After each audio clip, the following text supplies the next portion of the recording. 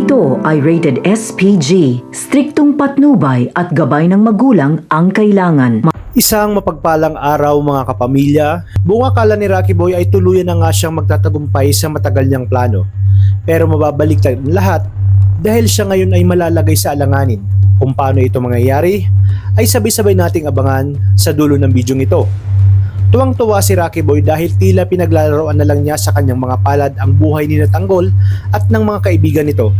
Matapos kasi silang pumalpak na maubos ang mga gerero at buhay pa rin itong si Miguelito ay isasagawa na nga niya ang kanyang plan B kung saan tatapusin niya na nga ang mga kaibigan ni Tanggol at ang mag-amang Tanggol at Ramon. Sa kabilang banda, matapos makulong ang lalaking nagtangkang pumatay kay Roberto ay agad siyang pinagtulungan ng ilang preso sa loob ng selda. Sinubukan nila itong patayin dahil utos daw ng nasa taas. Buti na lamang ay narinig ni Ponggay ang kaguluhan kaya madali niyang pinuntahan ang selda. Sinita niya ang mga preso at pinahinto ang pananakit at pagtangkang pagpatay sa lalaki. Bago pa nga lumala ang sitwasyon, agad niya itong pinalabas at dinala sa isang ligtas na lugar. Tinanong niya ito kung bakit may mga taong gustong pumatay sa kanya.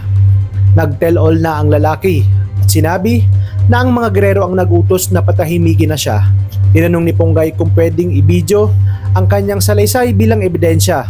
Pumayag ang lalaki at sinabi na siya ang inutusan ng mga gerero para pagtangkaan si Vice Mayor nang sa gayon makuha nito ang simpatsya ng taong bayan. Dagdag pa niya na matagal na siyang hired killer ng mga gerero at handa niyang patunayan ito. Dumako naman tayo kina Tanggol kung saan ginagawa na nga ni Rocky Boy ang kanyang plano. Isa-isa niyang pinatumba ang mga kaibigan ni Tanggol at sinabi niya sa kanyang sarili na umaayon sa kanya ang pagkakataon at hawak niya na ngayon sa kanyang mga palad ang buhay ng mga ito. Ang hindi niya alam ay nabusesan siya ni Ramon at Enteng at dito sinundan nga siya at kitang-kita nila ang pagtanggal nito ng kanyang maskara. Ang tumambad sa kanila ay walang iba kundi si Bernard. Ibig sabihin nito ay pinaikot lang sila at tinaridor nito.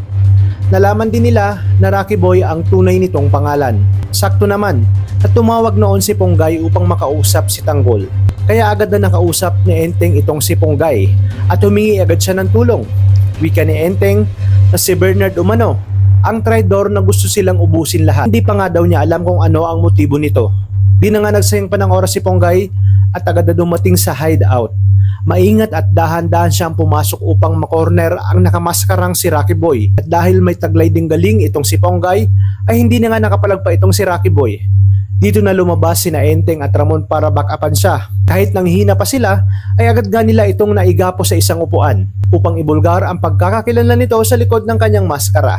Kaya naman sa oras na magkamalay itong si Tanggol, pabawian niya ng matindi ang kahayupang ginawa ni Rocky Boy sa kanya at sa kanyang mga kaibigan. Kaya mababaliktad ngayon ang sitwasyon at ang ending ay naging palpak na naman ang plano ni Rocky Boy.